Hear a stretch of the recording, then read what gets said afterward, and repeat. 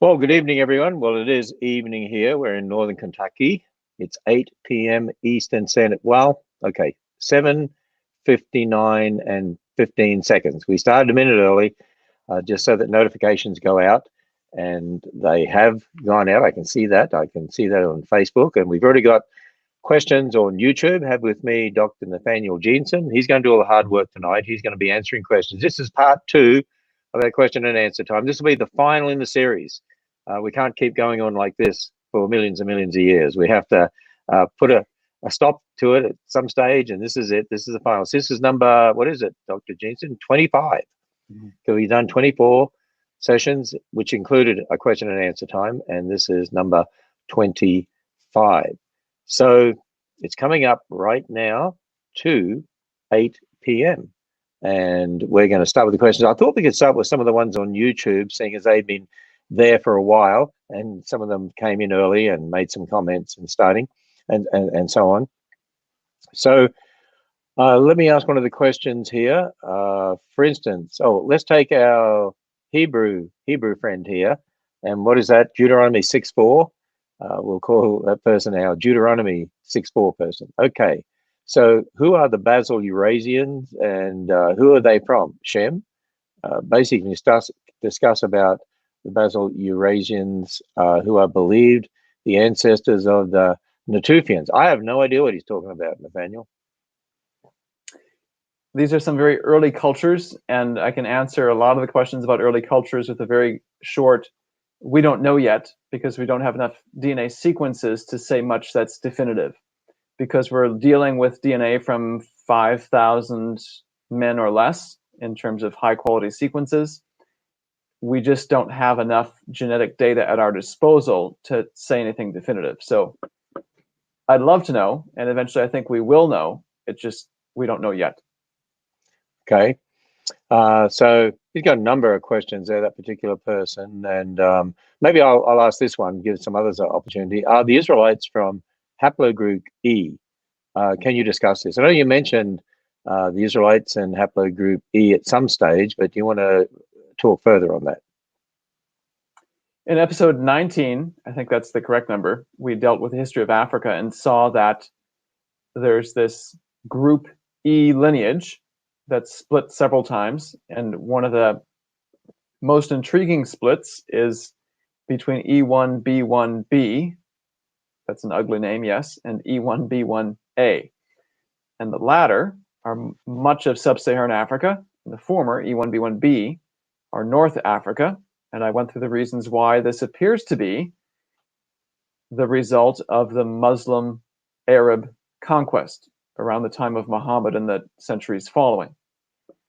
What's intriguing is, so you have sub-Saharan Africa and perhaps the Arabian Muslims connected around maybe 500 BC, perhaps through Egypt or Nubia. So who were these people? Israelites would have left Egypt 1,000 years prior, but given the connections between Arabian Peninsula and Israel in terms of geography, could there be any link there? I don't know yet.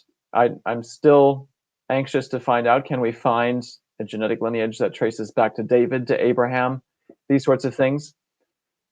And again, because we're dealing with ancient history, for reasons I went into in episodes 21, 22, 23, we're having to await more samples to say anything definitive. Okay. So in other words, you're going to come out with more in your book next year, because I'm sure you'll do some more research before them as well. But all this will be in a book for 2021. Somebody said here, I've learned so much from this series. DNA is amazing. Thank you. Somebody else said here, this is Lindsay at 7:59 p.m. With the mutations compounding every generation, would we have already gone extinct in the evolutionist timeline? That's a good question, because I've often thought about that myself. I think how an evolutionist would respond, what they would invoke as a rescuing device, is natural selection. And this is really intriguing because they often accuse creationists of using God as this magic wand, and we wave away all the problems with our model by saying, well, God did it. And in a sense, natural selection has become that for the evolutionist. Well, natural selection took care of it. Anything that was too deleterious, bippity boppity boop, and it's gone. That's not to make fun of them. It just, they've made fun of us for invoking this and caricatured it, and they're sort of becoming their own caricature, sadly. And I say sadly for their sake, but I think it shows the deficiency of their model. They don't have a good testable prediction for these sorts of things, and it's a fair question to ask. I think they'd say, well, natural selection must have done it. Of course, for that to be a scientific explanation, they need to come up with some testable predictions. And what I mean is, and the reason I invoke this is because the evolutionists themselves have invoked this. They've done this for about 40 years. They say, they say to creationists, if you want to be considered scientific, if you want a place at the table in this discussion, make some predictions that future observations could reveal to be true or false, like gravity. I've got my water bottle here and I let go, gravity predicts it falls. I'm holding it, me letting go is still future as of me saying this, so prediction is it falls, and it does. So gravity is testable, and it's still working here right where I'm sitting. They want to see something similar in the genetic realm. We've now done that, so my book, Replacing Darwin, put some predictions out there.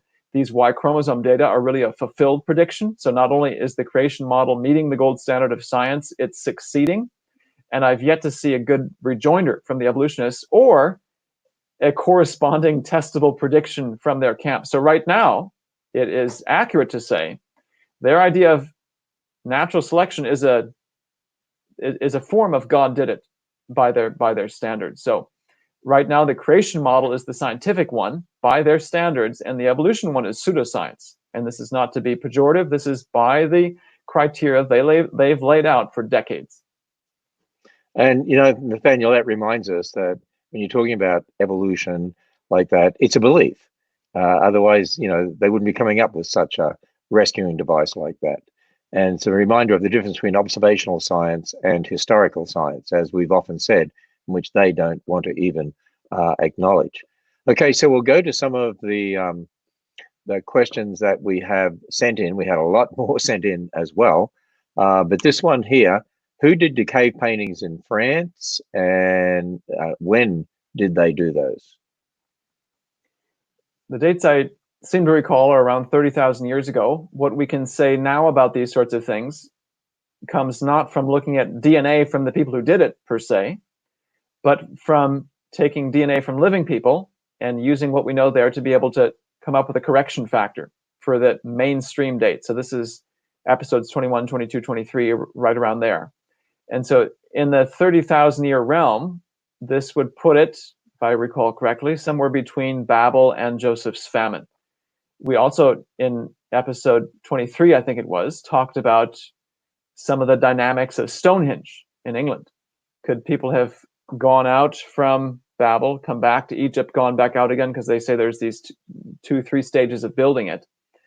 Could these have been close relatives of the people who went to Stonehenge? Because 30,000 years versus 6,000 years by the mainstream time scale, if we're talking that many years ago, really is a very small gap of time.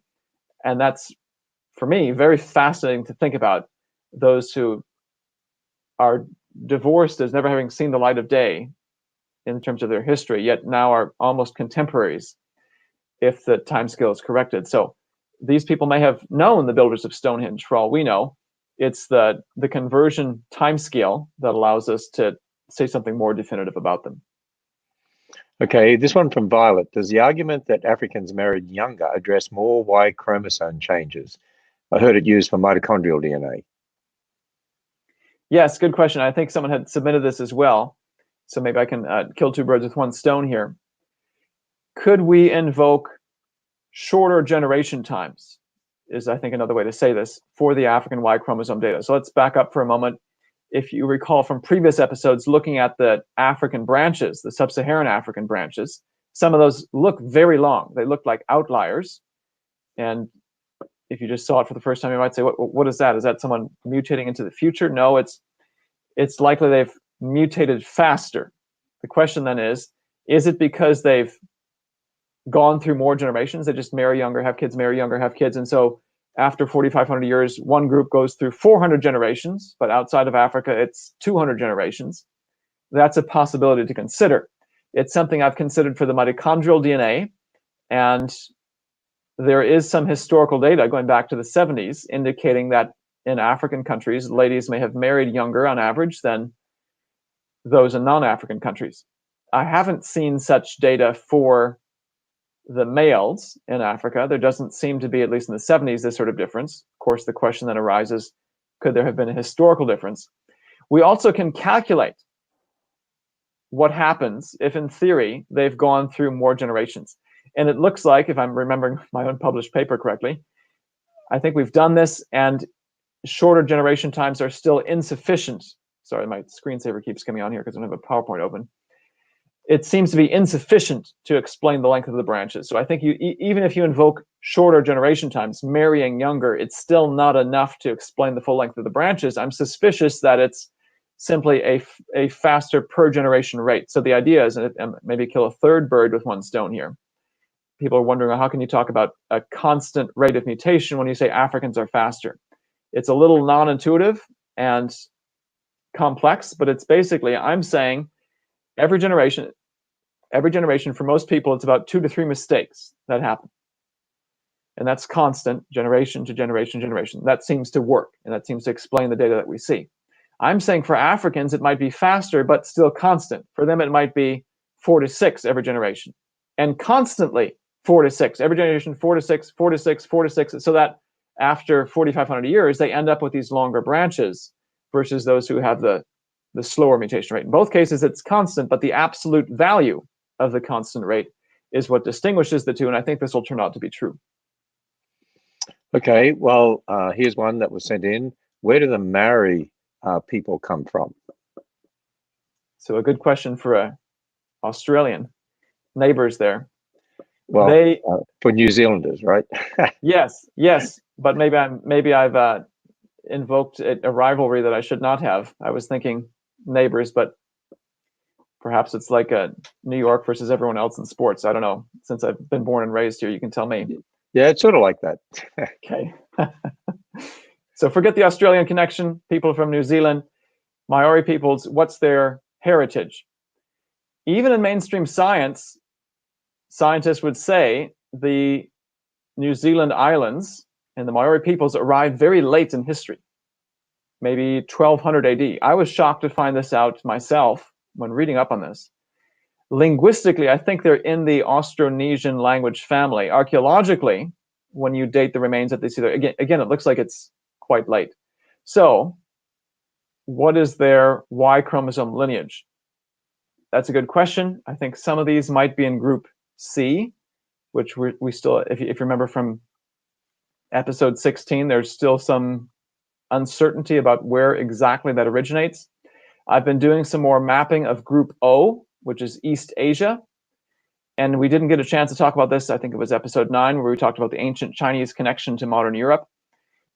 I'm beginning to see in the major subdivisions of group O in East Asia that O1, O2, O3, those are the main subdivisions. Those may correspond to some of these major language families. One of them being the Chinese Sino-Tibetan family, another one being the Southeast Asian Tai-Kadai family. The third one may be Austronesian, which is supposed to originate Taiwan and then disperse down into Indonesia, eventually get over to Madagascar, and also into the Pacific. So linguistically, we've got some good clues. Archaeologically, we've got a fairly late arrival. I have to double check on exactly the Y chromosomes that they're found in. There was one study where they sequenced a Maori person. He ended up in group I, and sadly, I think that's probably more a reflection of European colonization. Not that they came from group I, but this Maori individual likely has a European dad at some point in his family tree, like so many Latin Americans, where only 20% of them have the Native American sequence, the rest are European or African descent. So that seems to be as much of the stories we can say at this point, and with more Y chromosome sequencing. And I've had some messages too from people on Facebook saying you should dig into the oral traditions, and there's controversy about whether or not there were people there before them. Hopefully we'll have some more of those answers by the time the book comes out.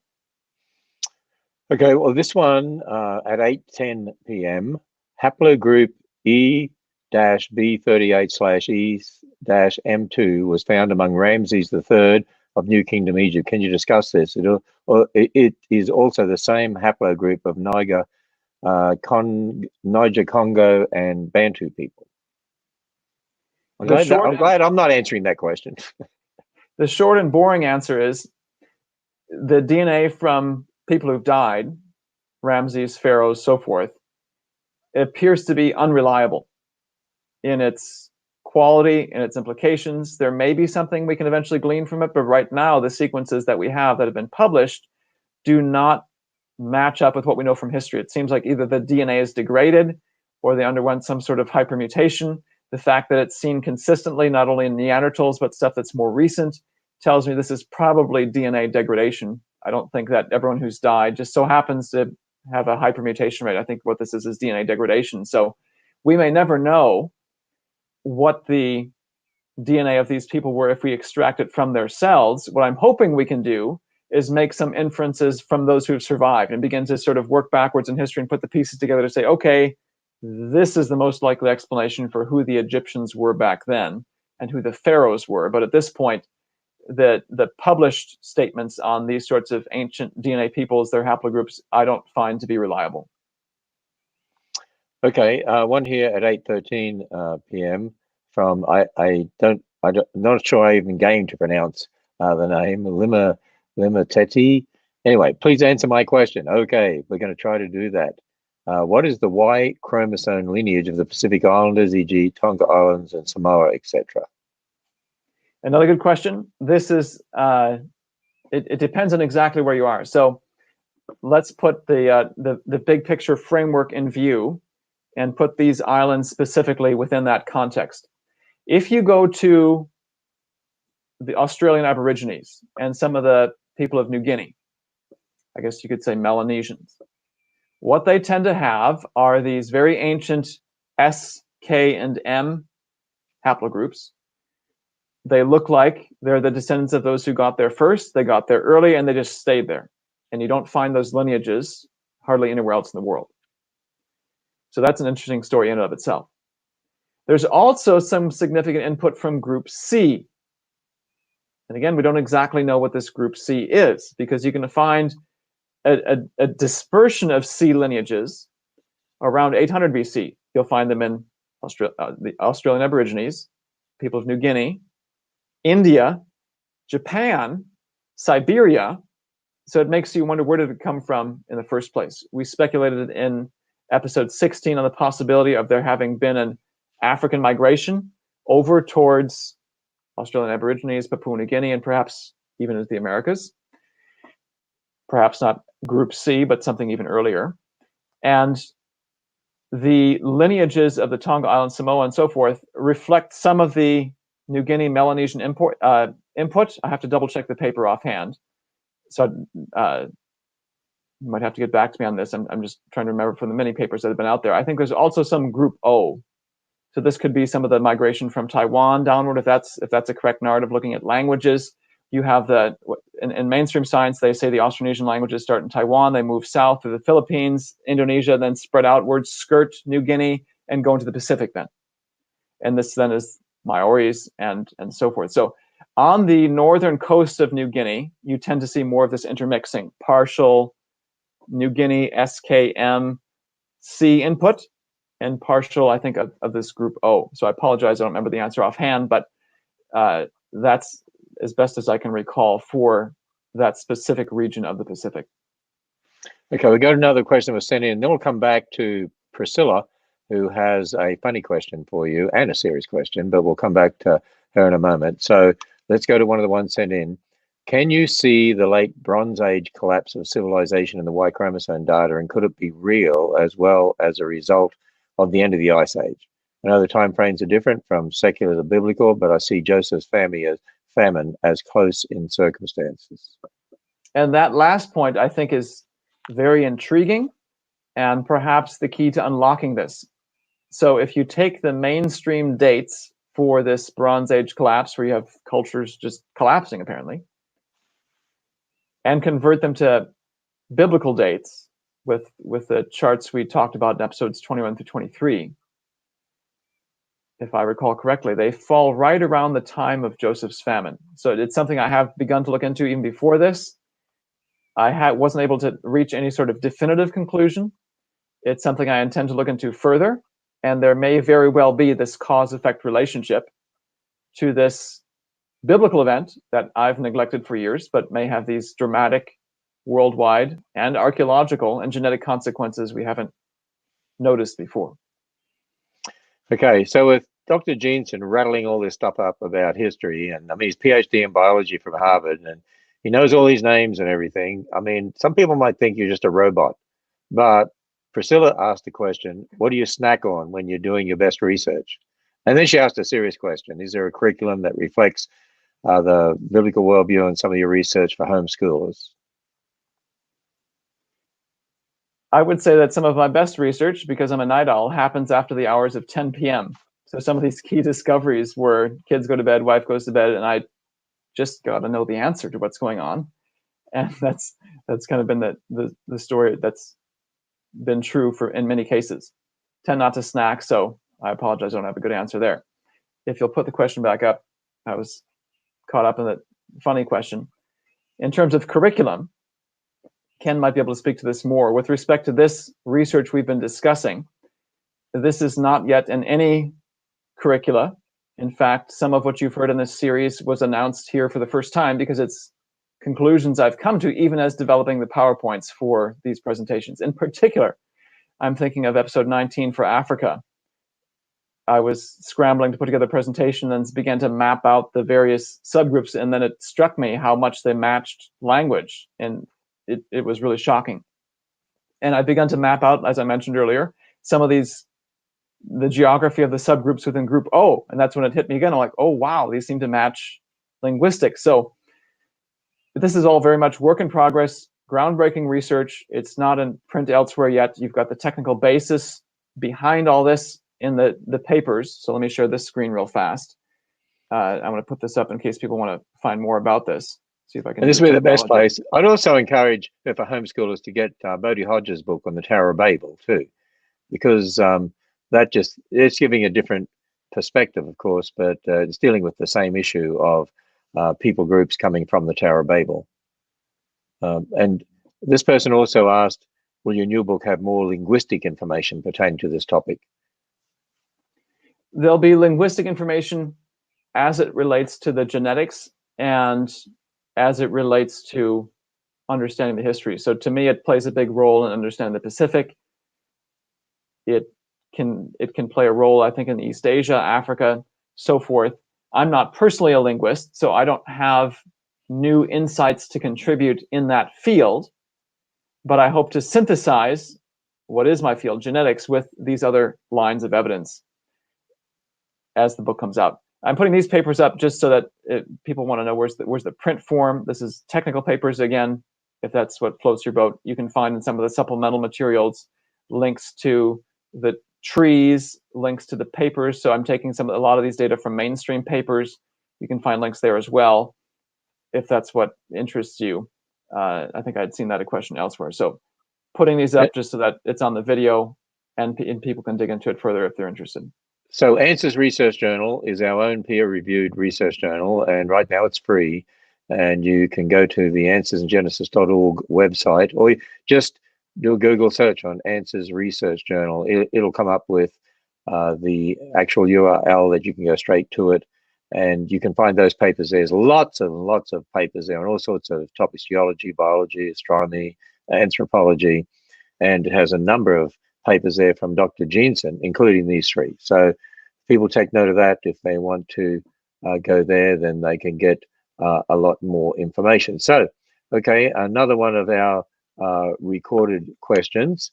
So how can you be sure the Y chromosome changes and mutations happen at rigidly fixed rate, and then also say part of Africa had to be slightly different? I think you've basically answered this, but I just wanted to make sure that you say it again for that person if needed. Yes, this is the question I was thinking of when I was trying to kill three birds with one stone. So what I said earlier is the answer to this question. Okay, so let's go back to one down here. Someone asked, are you hoping to get your PhD through this series? Well, you've already got a PhD in biology. Are you going to do any more, particularly formal studies on this, Nathaniel? Probably it would lead you in the wrong direction anyway. You want original research, right? I don't see myself getting a PhD in history through this. To me, a good PhD education, if any of our viewers are considering this, in the sciences for research, is one that teaches you research skills. And when I was in graduate school as a PhD student, most of the lab members that I worked with were either technicians, who usually had a bachelor's degree and did work for many of the PhDs, or postdoctoral fellows. They had their PhD, but were this sort of had the prove it couple of years of their career before they got an academic or industry job, pharmaceutical job. And I observed that some of the postdoctoral fellows had gone through their PhD and were quite competent in understanding, designing, originating research questions. And others, I got the impression, seemed like they had their hand held. And the lab supervisor did a lot of the supervision, and they floundered some. They seemed to struggle as they were sort of tossed into the deep end and had to do it. So this is sort of a rabbit trail on PhDs. But to me, the point of a PhD is to teach you the skills you need to learn and dive into any field, and to know what you don't know and where to go to find the information. So I feel like Harvard gave a very intense, rigorous training in that respect, and wanted to quit several times. But by the grace of God, I was able to persevere. I feel like I've come up with skills to go through it, and then know what I know and what I don't know. So I feel like it's, by the grace of God, given me great freedom to tackle all sorts of things and to swim in many ponds. And this is the one I've found immensely fulfilling and exciting. And I trust many of the viewers have found all that we've discovered exciting as well. I think it's great when you can do some refreshing research, something new, and actually think outside the box and look at things in a different way. I think it's absolutely fascinating. So Paul asks, which group did the Kurds descend from? How likely is it they're descended from Abraham? Good question. I have yet to see Kurdish Y chromosome data. It may be out there, so I apologize, I haven't seen it yet. In terms of likelihood from descent from Abraham, that to me is a question of ancient history. And again, we just don't have the Y chromosome data yet in sufficient numbers to be able to say definitive things about times in the past. So this is probably not something we'll have by 2021. This is book one, and hopefully a series of books.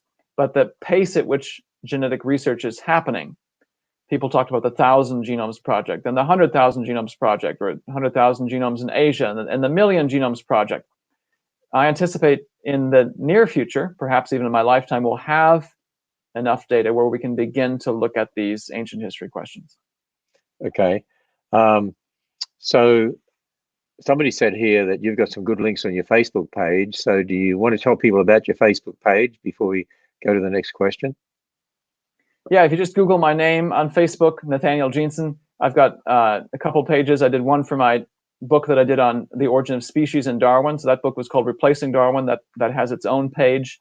I wanted to set up a space where people could come and ask questions, especially skeptics, because I'd written the book with an evolutionist in mind, a student who had grown up never hearing of creation, never even doubting evolution, so that they would then pick up this book and say, wait a minute, this is not anything I've heard before, and it forces me to question what I've held to be true for so much of my life. And that's a traumatic process, and I wanted to be able to give people a space to work through that, and also wanted a space to be able to answer questions for folks. So that's what I've used it for, as well as a place to post links to things. I've promoted the series on there, articles that I've done. So that's the overall purpose of the page, and people can find me there as well.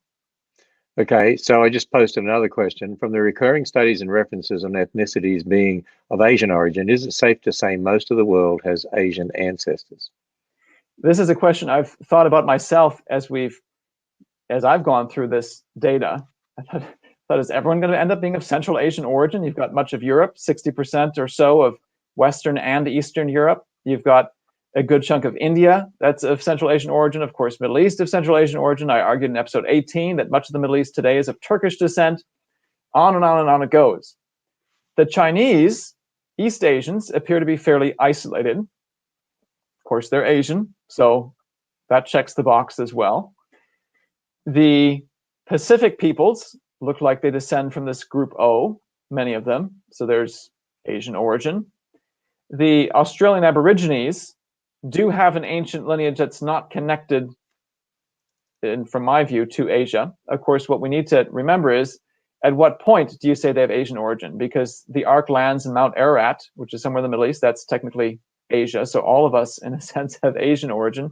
But I think the question is more along the lines of recent Asian origin. Africa also, again, appears to be isolated. Sub-Saharan Africa, in particular, though thinking again of the famine in Egypt and people coming out of Egypt, and some of these groups apparently moving into Arabia, then back into Northern Africa. There's Asian connections there as well. The Americas, we looked at Group Q, has Central Asian origin. So let's just review all that. Europe, most of Europe, good chunk of India. You've got the Middle East, of course, by definition, China. Southeast Asia are Asian. Pacific is Asian. The Americas are Asian. It's really only Papua New Guinea, Australian Aborigines, and Sub-Saharan Africa that might be able to be called non-Asian in origin, but Asia really does dominate the globe in terms of the Y chromosome lineages. It's quite remarkable. So there's a question here from Elvira. Actually, Elvira. Wasn't that a famous song? Do you remember who sang that? How good are you at that? Terrible. The Oak Ridge Boys. Okay. Okay. All right. So with so much false information out there, how do you know your sources are true and accurate? You know, I think today with so much out there on the internet, and people don't even know what to trust and what to not trust. So how would you answer that? Good question. And it depends on what we're looking at. When I'm dealing with the Y chromosome, it's almost a habit now. I go for the raw data. I was just in discussions with the collaborator this week about another seemingly genealogy study. It's not necessarily father-son, but this is genealogies of Kazakh people going back maybe to the 1400s. And there's a lot of red flags in the published conclusions and results that just so happen to match the expectations of evolution. That made me suspicious. And you dig into the raw data, and it looks like, I think they just discovered another young Earth confirmation. Don't know yet, have to look at it, but that's sort of my default now, especially when it comes to science, especially when it touches things that deal with creation, evolution.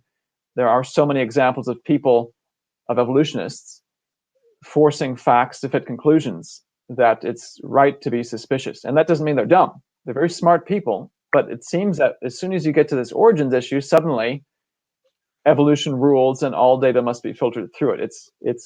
It's really crazy. Okay. There was another one. Oh, let me post this one in here. And it says, are you assuming Noah had no more children after the flood?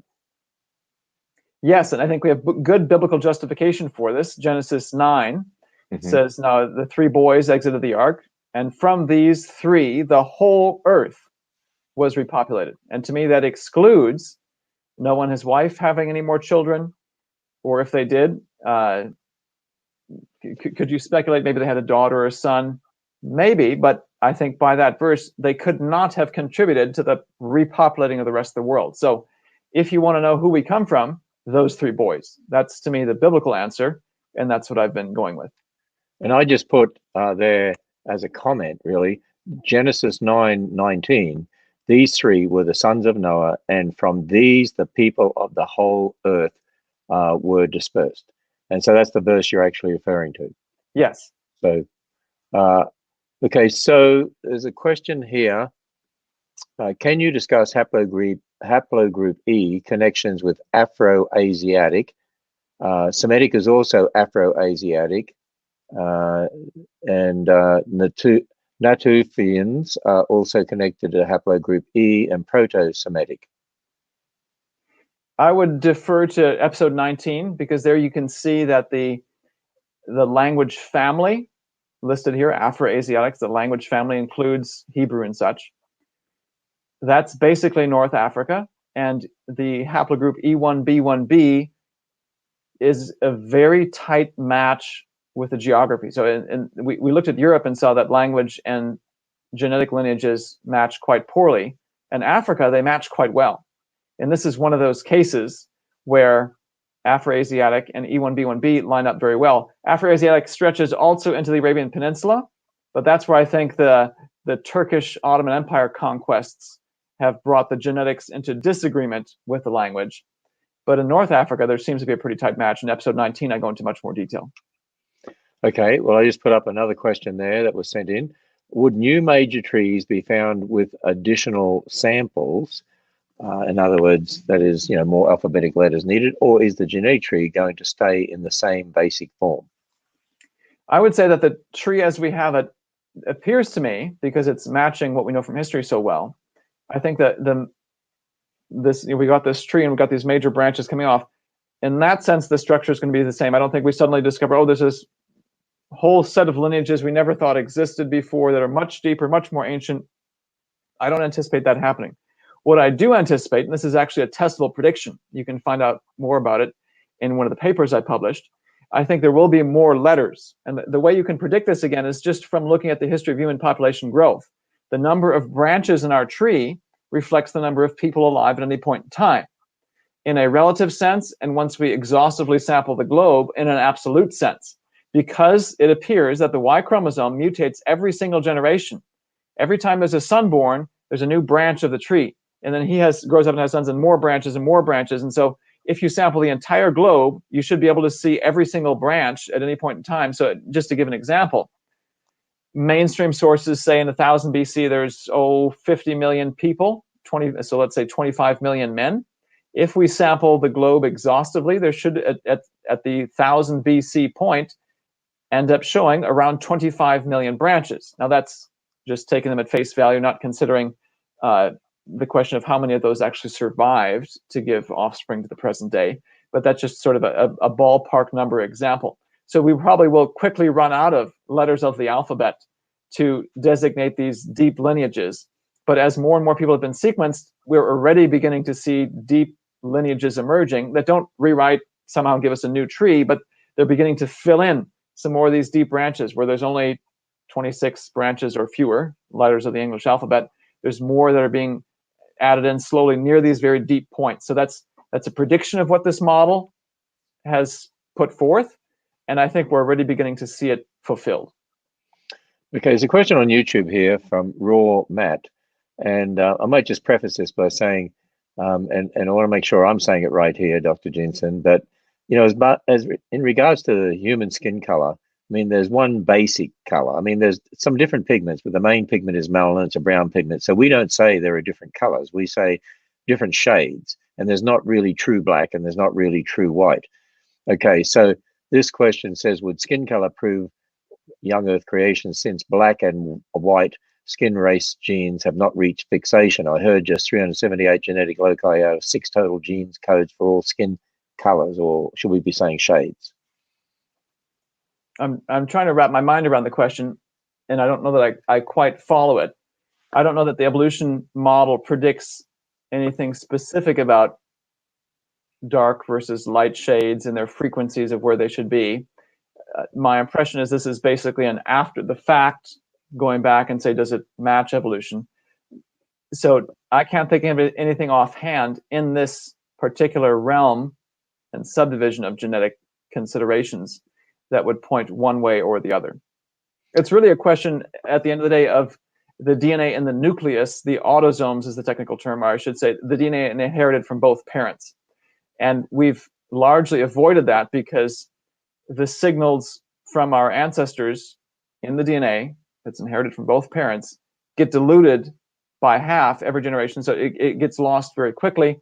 And that makes the math of comparing creation evolution very complicated. So we've largely not discussed it, and I don't know how much we can say definitively about it because it deals with that compartment.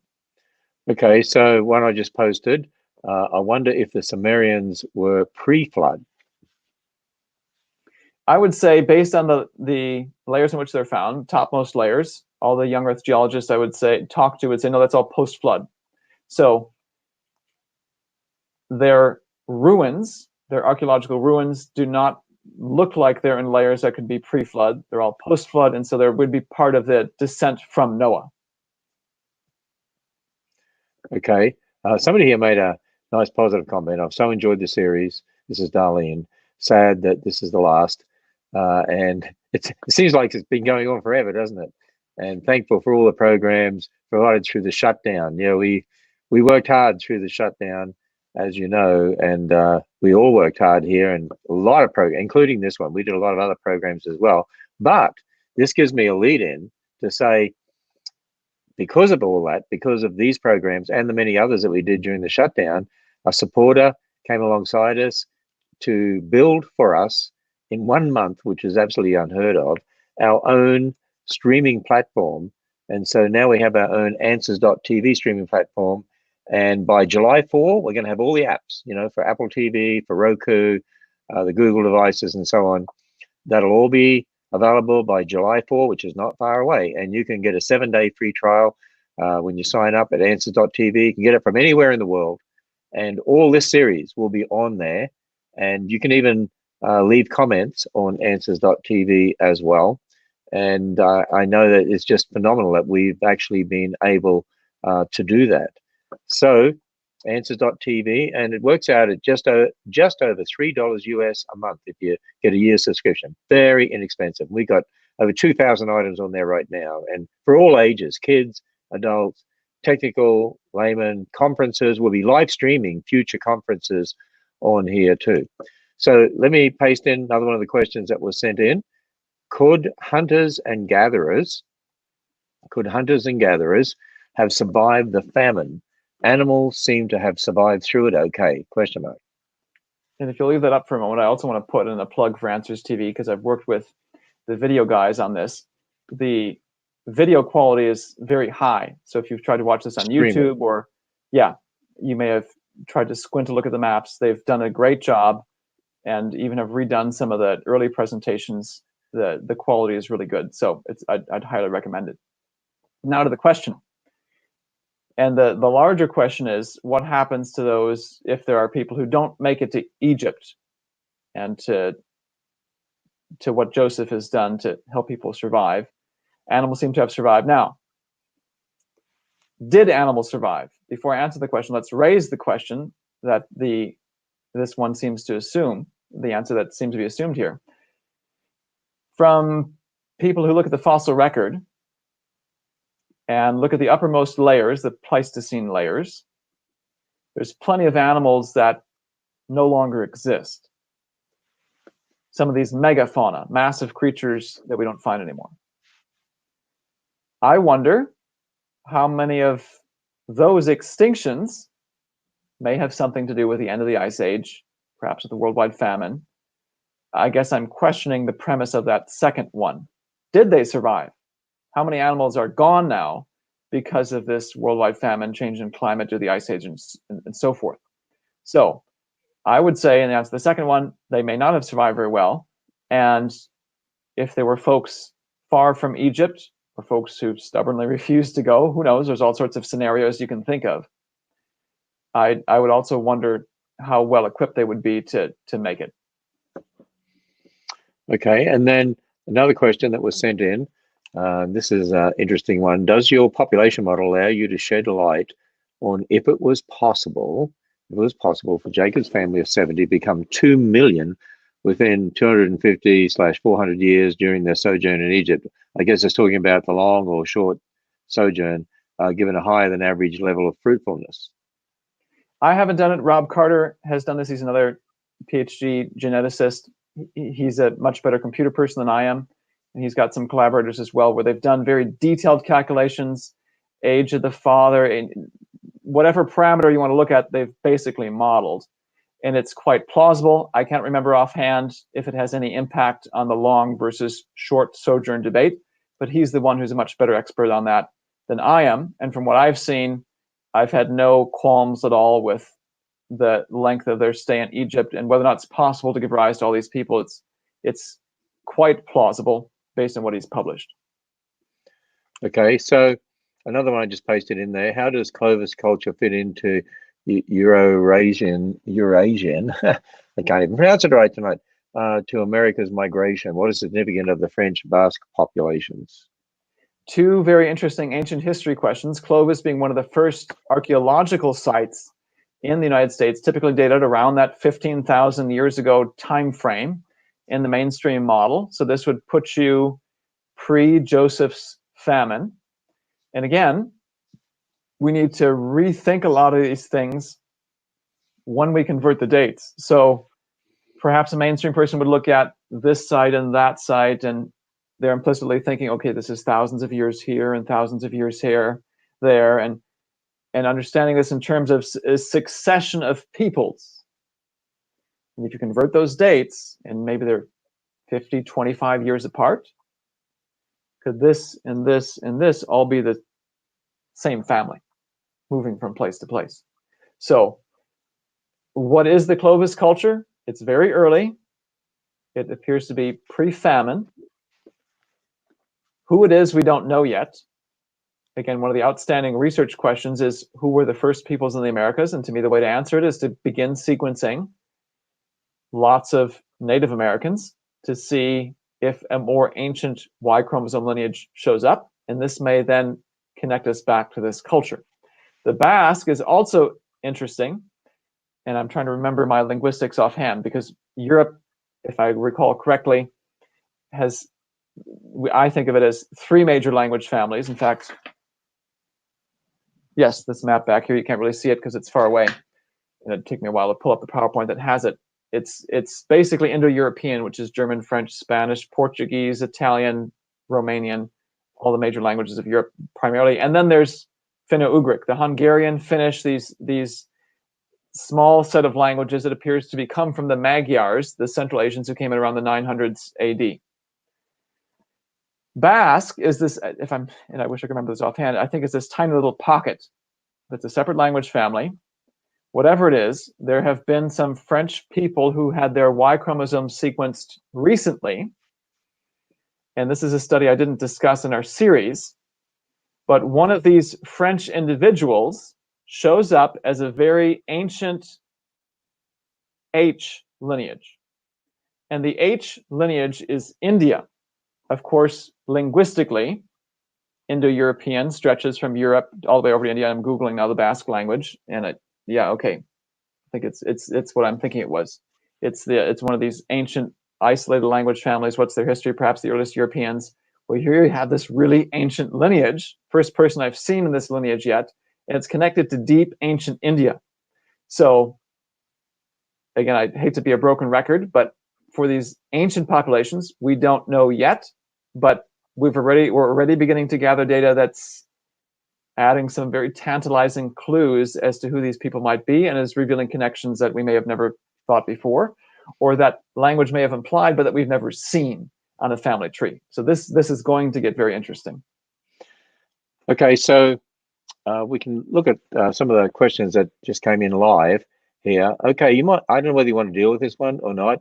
It's from Billy T, talking about the Book of Mormon theory that Native Americans are descendants from Jews. Do you want to comment on that? The Native Americans we see today, Group Q, descends from a Central Asian group that also connects to this R1b lineage in Europe. Who does that lineage come from originally? Is this people who spread out from Babel or from Egypt after Joseph's famine and just settled down there in Central Asia for thousands of years and then decided later to, starting 2,000 years later, to spread out? Or are these people, and this is something I've wondered about, are the Central Asians the remnants, and we talked about this somewhat in episode 23, of more of these Middle Eastern? Could these Central Asian groups be ancient Persians who got bumped out and into Central Asia? Could they be ancient Assyrians who got bumped north? These are all very intriguing questions. So I don't yet have a firm answer to what the Jewish lineage is. So technically, it's hard to answer this question from the perspective of the latter part of this question. And once we know, if we can ever discover this, the first Native American lineage, that'll be another key piece of the puzzle before I can give a definitive yes or no. And I know people want a definitive yes or no. It's a question for which you don't yet have all the pieces genetically. Okay, so we'll go to one from Standing for Truth in a moment, but I wanted to thank Michelle for the comment that they love Answers in Genesis. Thanks for all you do to spread the gospel, help us to better understand the Bible. We appreciate those encouraging comments and the support that people give. So let's go to standing for truth. Do we have too many large linkage blocks in our genome? And you can read it there, Dr. Jeanson, implying that there hasn't been much time to scramble them to randomness. Does this mean we can use these blocks to find Adam's original genome? So this can we rebuild Adam? Good question. In terms of the Y chromosome, unlikely, but this is a question that's dealing with the DNA inherited from both parents. And this is a long discussion for another day, so I'm not going to get into it in any depth, just so we can get to some other questions. But DNA is inherited in sections. It's not like your dad, who has 2 copies of his DNA, he starts mixing and matching all the various pieces, so you're a completely scrambled version of his 2 parents, because he comes from 2 parents who pass on their DNA to him. And so am I a completely mixed up version of my grandparents? No. DNA is inherited on each chromosome in chunks. It's much easier to explain with diagrams. But the amount of linkage that we have is a hotly debated topic among creation and evolution. And the many points of difference that we have, that we bring to the question, make it hard to compare them side by side. So the evolutionists, for example, say we evolved over hundreds of thousands of years from a small group, and there's all these sorts of parameters you have to work through to reach an answer. You might have 4 different parameters from the young Earth perspective that lead to a particular answer, and so trying to compare them head to head when there are all these points of disagreement becomes challenging. I go into this in more detail, not necessarily this specific question, but these types of questions in the episode I did with Simon Turpin, who's from Answers in Genesis UK/Europe. You can again find it on our YouTube channel, not under this series, New History, but it's separate under the videos, maybe under the UK playlist. I think it'll eventually be on Answers TV. But I think it's Was Adam the First Human Being? Anyway, it's something I did with him, and we talked more about the history in our DNA inherited from both people. And that might be something from both parents. That may be something where we can go back to a good approximation of Adam and Eve, because at the time of the flood, you've got Noah with his 2 copies of DNA, his wife, she's got 2 copies of DNA. Now the 3 boys are going to be a mix of them.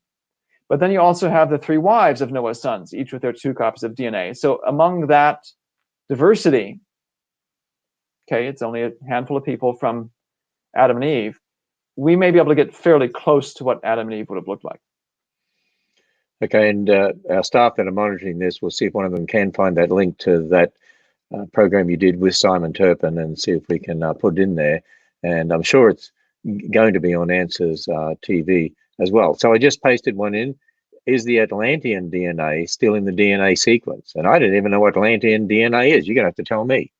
I think this is a question along the lines of the lost city of Atlantis, which I was wondering that. People talk about myth and such. Well, even mainstream folks, my wife and I were just watching something either on Netflix or National Geographic Disney Plus, trying to look for the lost city of Atlantis. Could there be some kernel of truth behind this ancient story? And I actually had someone ask me seriously, saying, hey, given your new view into the ancient past, can you see it? And it's worth asking the question. And again, the broken record answer that I give is not yet, but maybe in the future, with a more comprehensive sampling on the globe, could we get into some of these long-standing unsolved mysteries. Okay, and someone sent in, we had a lot of questions here. I'm sorry, we're not going to get to them all, but hopefully you can answer some on your Facebook, and maybe get to some of these in the future personally. But this one here, I thought I'd put this one up because this is to challenge you in regard to strengths and weaknesses of your own research and what you're doing. And can you talk about those in your own self-analysis? What is the greatest reasonable scientific criticism weakness of your Y chromosome tree reanalysis? Let me answer it 2 ways. One, by backing up and saying, what do we know right now? What have we been able to discover? So there's the strengths side of it. And then the other side is what's the weaknesses.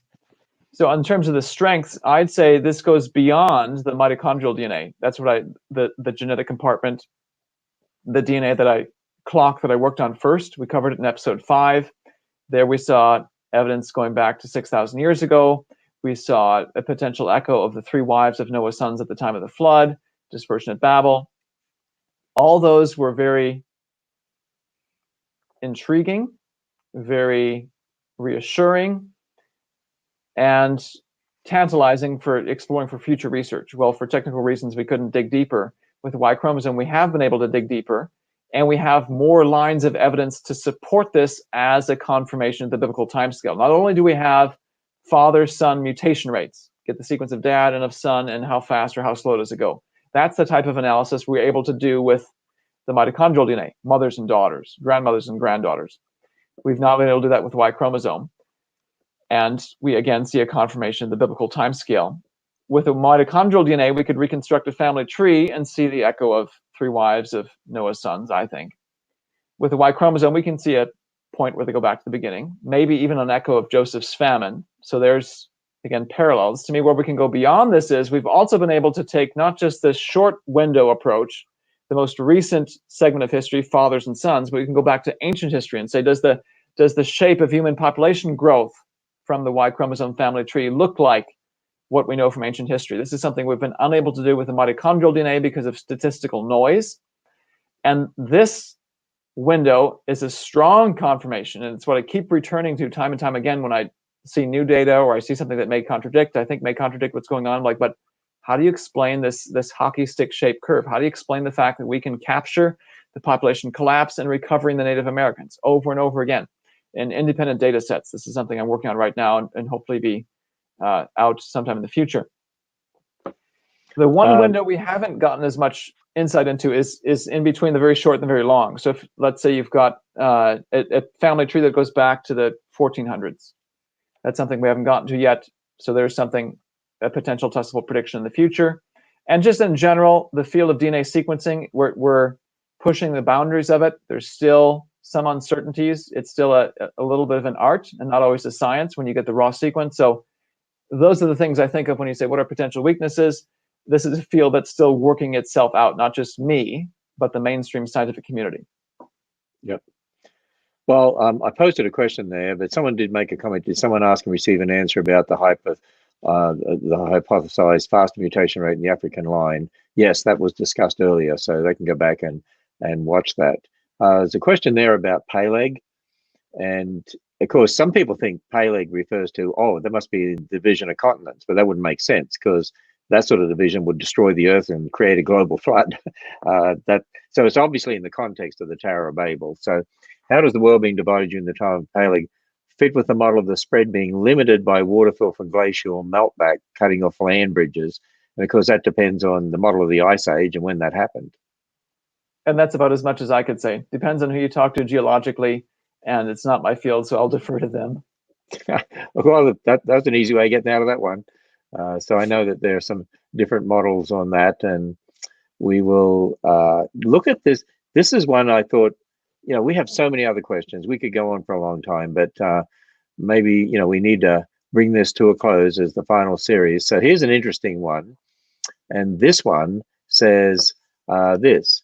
It says, as a female, how could I get into genetic testing that would go further than 23andMe? 23andMe, what's 23andMe? That's one of the popular commercial genetic testing companies. So we're in the US the day before Father's Day. Some of these companies are having Father's Day sales. Get your dad to find out who he's from, get a Y chromosome test, that sort of thing. 23andMe, Family Tree DNA, Ancestry.com. These are some of those places. This is an important question because females do not have the Y chromosome. And we've spent episode after episode saying it's the Y chromosome that's the key to human history. So does that leave females high and dry without any insights into their ethnicity? No, it just becomes a little bit more involved to find the answer. So, and it's applicable to men. What you get from the Y chromosome is your paternal inheritance. Well, what about my mom's side? What do I do there? What I've been interested in doing is having her brother or his son, one of my cousins, male cousins, get their DNA tested. What about my wife's line? What are my kids going to think about their family tree? Okay, they get their Y chromosome, the boys get the Y chromosome for me, but what about my wife's side? And there's rumors of a Native American in the family tree, and could there have been an African person? How do you find that out? Well, you get her dad tested for her maternal inheritance, so from her mom, my kid's grandmother, you find one of her brothers. It just, you find the male relatives. So the females have a little bit more of a challenge, but it's not like it's a unique challenge. The males have this same question as well. I only get half of my history with the Y chromosome through dad's side. If I want my mom's side, I'm sort of in the same boat as the females. And so you just find other male relatives, and the more you can do from the branches of your family tree, the more you get to fill in that picture to understand your complex history, which it's complex for all of us, but that's what to me makes it so interesting and revolutionary and so applicable to many of the so-called race discussions that we're having today. Somebody said here, let's go on for a long time. Somebody else said, I could go all night. And there's a comment here that I think is sort of funny, but it's sort of true. The series in a nutshell, all of us are related, all of us. And that's it, 25 programs. And you're telling us we're much more closely related than what we think we are. And we're all one race, we're all one family. And you've actually done a lot of research looking at the Y chromosome research to show how you can look at the history of all these groups and what their possible ancestry is, going back to the 3 sons of Noah. So, Dr. Jeanson, I'm gonna put the heavy on you here. Maybe, I mean, I didn't talk about this with you before, but maybe now and then you could put one of the questions, a really good question that covers new territory, on your Facebook, and maybe give a brief answer or something like that, so people can follow you on Facebook. We couldn't get to all the questions. We had millions of questions. Well, maybe not millions, but we had a lot of questions. It seemed like millions. I mean, I've got pages more of questions. So people are fascinated by this topic. So to see the whole series, the highest quality is our streaming service, answers.tv. So go to answers.tv. As I said, by July 4th, we'll have all the apps you can watch on Roku and Apple TV and the Google devices. Right now, you watch it on your smartphone and computer. We've already got thousands of subscribers. It's very inexpensive. And of course, you'll be doing some more programs.